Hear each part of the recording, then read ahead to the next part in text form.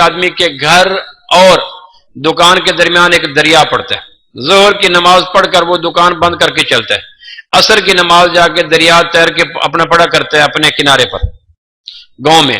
ایک دن اس نے کپڑے اتارے، سر پہ باندھے، تیرنا شروع کیا، 500 گز چوڑا دریا، 20 گز گہرا دریا، تیرتے تیرتے بیچ میں تھک گیا، باد مخالف، بھنور خوفناک، ہوائیں مخالف سمت، چلتے چلتے تھک گیا، بازو کی مچھلیاں جواب دے گی، وجود شل ہو گیا، تھکن اتر گئی، حتیٰ کہ اس کو مڑ کے دیکھا تو سورج ڈوب رہا تھا۔ اب جسم پہ کپڑا کوئی نہیں، قبلے کا تعین کوئی نہیں، رکوع سجود پہ قادر کوئی نہیں، وضو کا پتہ کوئی نہیں، تسبیحات پڑھ نہیں سکتا، ٹھہر وہ نہیں سکتا۔ اس سے زیادہ دنیا میں ہولناک صورت کیا ہو سکتی ہے؟ یہاں بھی اس کو نماز پڑھنا فرض ہے، اگر نماز یہاں نہ پڑھی تو ایک قضا نماز کا گناہ اس کے سر لکھا جائے گا۔ کہ یہاں اس پہ تو لباس بھی نہیں ہے، کہ بھلے نو، رکوع سجود پہ قادر نہیں ہے، کہ بھلے نو، تسبیحات نہیں پڑھ سکتا، نہ کر سکے، قبلہ رخ کا پتہ کوئی نہ ہو، وضو کا کچھ پتہ نہیں نہ ہو، بازو ہلا رہا ہے، پھر حضرت ٹھہر نہیں سکتا، کہ اس کو نماز کی پریکٹس کرنی ہوگی۔ اگر یہاں بھی نماز چھوڑ دے گا کہ بھی نماز قضا ہو رہی ہے اور سامنے آ گیا دریا کا کنارہ، دریا کا کنارے پہ پہنچوں گا تو یقیناً سورج ڈوب جائے گا، سورج ڈوب گیا تو میری عصر کی نماز دریا کے اندر غرق ہو جائے گی، تو اس کو اس وقت پہ نماز پڑھنا فرض ہے، کیونکہ نماز گئی دونوں جہان گئے۔ اس لیے کسی حکم پہ شریعت نے ماں باپ کو مارنے کو حکم نہیں دیا، نماز نہ پڑھے اولاد کو مارو، کہ نماز نہیں پڑھتے تم تو دونوں جہانوں کے خیر سے چلے جاؤ۔ تو بھائی ایک تم نماز کا اہتمام کریں اگر تزکیہ چاہتے ہیں۔ دوسرا تزکیہ کا طریقہ نکاح ہے، آنکھوں کو حیا دیتا ہے نکاح۔ نکاح کے حوالے سے 2-3 باتیں سن لیں، اس کے بعد پھر ہم دعا کر لیتے ہیں۔ نکاح کا، جوانوں نکاح کراؤ دل پاک ہوگا، جوانوں نکاح کراؤ آنکھوں میں حیا آئے گا، جوانوں نکاح کراؤ دل کے اندر قرار آئے گا، جوانوں نکاح کراؤ دماغ کے اندر اضطراب ختم ہو جائے گا، جوانوں نکاح کراؤ سوچوں میں طہارت آ جائے گی، جوانوں نکاح کراؤ جذبوں میں پاکیزگی آ جائے گی، جوانوں نکاح کراؤ خیالات میں تطہیر ہو جائے گی۔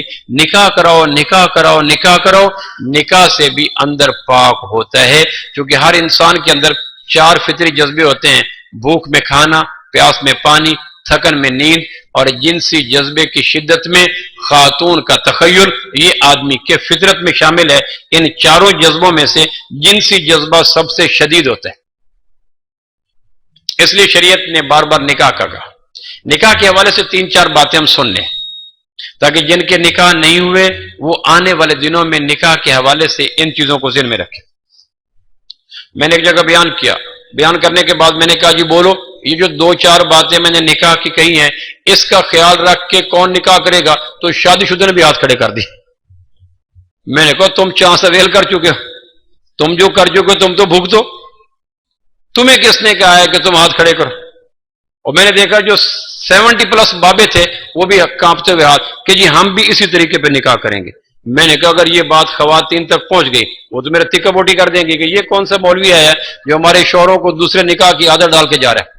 میں نے کہا بھئی یہ شادی شدہ کے لیے نہیں ہے، وہ جو ہو چکا اس کو بھگتے ہیں، جو دوسرے آنے والے ہیں یہ ان کے لیے ہے، جو چانس اویل کر چکے ہیں بسم اللہ۔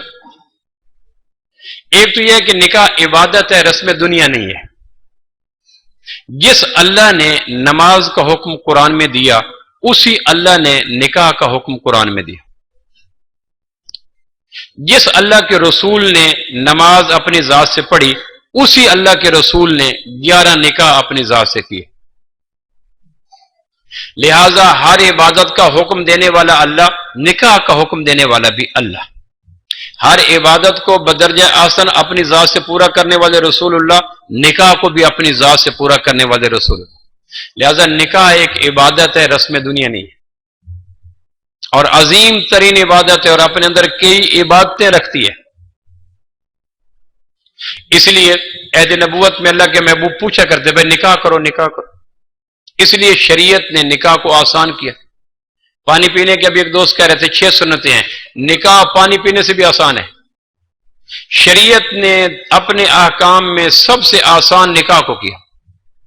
ولیمہ، خطبہ، بارات، منگنی، رسم حنا، یہ ان میں سے کوئی چیز نہیں۔